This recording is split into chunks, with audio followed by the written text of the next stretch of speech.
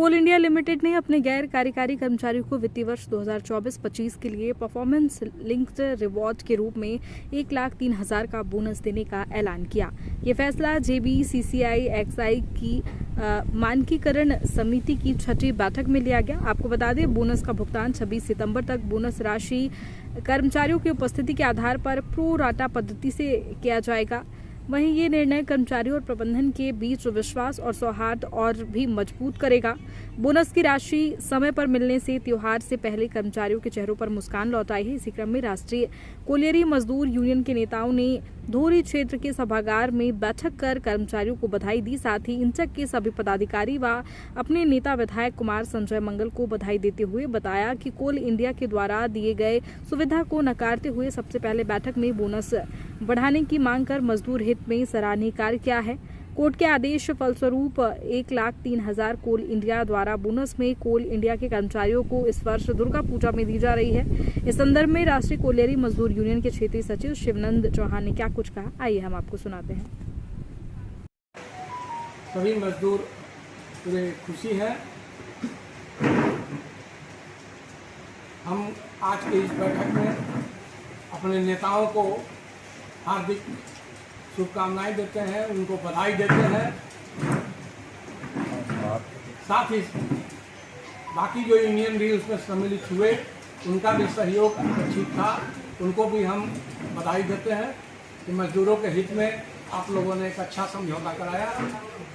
और आने वाले समय में हमारे फेडरेशन के द्वारा हर फोरम पर बैठने का काम किया जाएगा, जिससे कि उचित मजदूरों का जो वाजिब हक है उसको हम लोग प्रदान करने का काम करेंगे। इन्हीं बातों के साथ मैं पुनः एक बार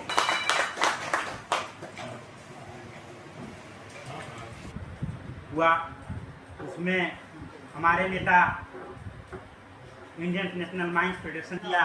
इसके लिए मैं उन्हें हार्दिक अभिनंदन करता हूं और मजदूरों के तरफ से मैं उनको बधाई देता हूं कि इसी तरह मजदूरों का लड़ाई को और हक और अधिकार को बुलंद करते रहें, क्योंकि आज जिस प्रकार से कोल इंडिया प्रबंधक आज रोकने के काम किया इंडियन नेशनल माइंस फेडरेशन को, और उन्होंने कोर्ट के माध्यम से उन्होंने मानकीकरण कमेटी में पहुंचे और उन्होंने कह दिया एक शब्द में, जो कोल इंडिया प्रबंधक ने सुविधा दिया था, फ्लाइट टिकट, होटल, उन्होंने सारा चीज को दरकिनार कर दिया। उन्होंने बोला कि मैं मजदूरों का हक और अधिकार के लिए यहाँ आया हूँ और उनका हक और अधिकार का बात करूंगा और उनका जो होता है मैं बोनस दिलाने का काम करूंगा। लेकिन मेरे नेता कुमार जमंगल बाबू एसपी जामा साहब जो तीनों प्रतिनिधि हैं, उन्होंने नकार दिया, उन्होंने कोई गिफ्ट नहीं दिया और अपने खर्चे से उन्होंने गए। जो मजदूरों के हक में अगर इंटक न रहने से ये लोग मांग के सभी कामगार चल रहे थे कि एक से नीचे का फैसला होगा। 2 3 कि आज जो बोनस की जो समझौता हुआ, इसमें हमारे नेता कुमार जमंगल बाबू ने जिस प्रकार से मजदूरों को लड़ाई लड़ते हुए कोर्ट के माध्यम से इन्होंने मानकीकरण कमेटी में पहुंचे और उन्होंने ऐलान किया कि मैं कोर्ट के माध्यम से आया हूं, न कि किसी के सिफारिश के बदौलत आया। इसलिए मैं मजदूरों का बात करूंगा, कामगारों के हित का बात करूंगा और उनका मजदूरों का जो हम लोगों के प्रति समर्पण और एकता है उसके बरकरार रहते हुए उनको हम सम्मानजनक वेतन दिलाने, बोनस दिलाने का काम करूंगा। और उसी के माध्यम से उन्होंने जो कंपनी उनको मुहैया कराया, जितने भी सुविधा वहां पहुंचने के लिए फ्लाइट टिकट हो, होटल हो, उन्होंने कहा कि मैं एक भी चीज ग्रहण नहीं करूंगा। लास्ट में मैनेजमेंट ने सैमसंग का मोबाइल भी गिफ्ट किया, बोला कि जब तक मेरे मजदूर को नहीं मिलता है तब तक मैं ग्रहण नहीं करूंगा, पहले मैं मजदूरों को दिलाऊंगा उसके बाद ग्रहण करूंगा। और उन्होंने मजदूरों का आवाज बनकर जो लग रहा था 1 लाख से ऊपर बोनस नहीं जाएगा, और उन्होंने